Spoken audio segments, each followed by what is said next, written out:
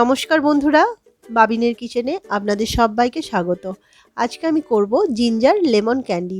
কোনো রান্নার রেসিপি আজ নিয়ে আসিনি। এখন যা ওয়েদার, কোনো দিন ঠান্ডা কোনো দিন গরম, আমাদের সবার সর্দি কাশি লেগেই আছে।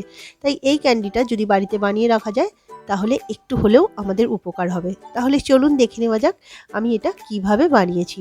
এর জন্য নিয়েছি 1 কাপ চিনি, লেবু, আদা, নিয়েছি বিট নুন, অল্প একটু হলুদ গুঁড়ো, নিয়েছি গোলমরিচ, লবঙ্গ আর 1 টুকরো দারুচিনি। প্রথমে ওভেনেতে কড়াই বসিয়ে দিয়ে চিনিটা দিয়ে দেব। হাই ফ্লেমে চিনিটাকে আমি ক্যারামেল করতে দেব।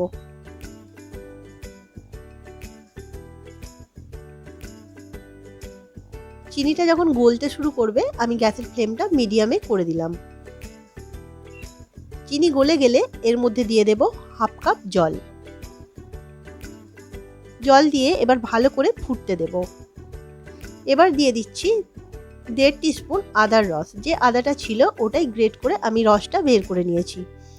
আদার রস দিয়ে এবার চিনির সাথে খুব ভালো করে ফুটিয়ে নেব। এবার দিয়ে দেব অর্ধেকটা পাতিলেবুর রস। তারপর দিয়ে দিচ্ছি হলুদ গুঁড়ো। এবার দিয়ে দিলাম বিট নুন। বিট নুনটা আমি টেস্টের জন্য দিলাম।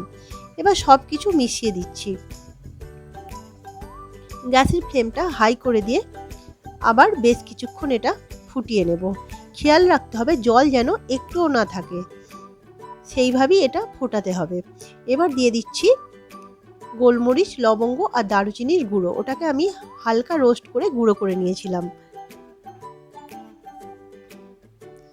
আবার ভালো করে মিশিয়ে নিলাম।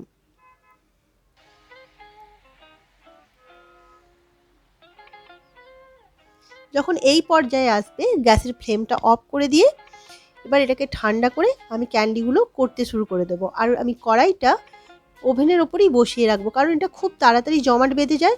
মাঝে মাঝে কয়েক সেকেন্ডের জন্য আমি গ্যাসটা অন করব, আবার নরম হয়ে গেলে তার থেকে আবার ক্যান্ডিগুলো বানাবো। এই প্রসেসেই কিন্তু আমি ক্যান্ডিগুলো বানিয়েছি।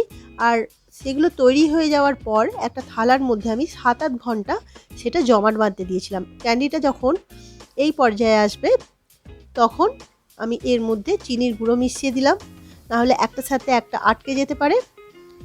এবার একটা জারের মধ্যে আমি ক্যান্ডিগুলো রেখে দেব। এটা দেখতেও খুব সুন্দর হয়েছে আর এটা খেতেও খুব ভালো। বাচ্চারাও এটা খুব ভালোবেসে খেয়ে নেবে। এটা 15 দিন পর্যন্ত ব্যবহার করা যাবে। এইভাবে বাড়িতে বানিয়ে রাখবেন, দেখবেন খুবই সর্দি কাশিতে উপকার পাবেন। ভিডিওটি কেমন লাগলো কমেন্ট করে জানাবেন আর আমার চ্যানেলটাকে সাবস্ক্রাইব করার অনুরোধ রইল। আসছি পরের রেসিপি নিয়ে। ততক্ষণ পর্যন্ত ভালো থাকুন, সুস্থ থাকুন। ধন্যবাদ।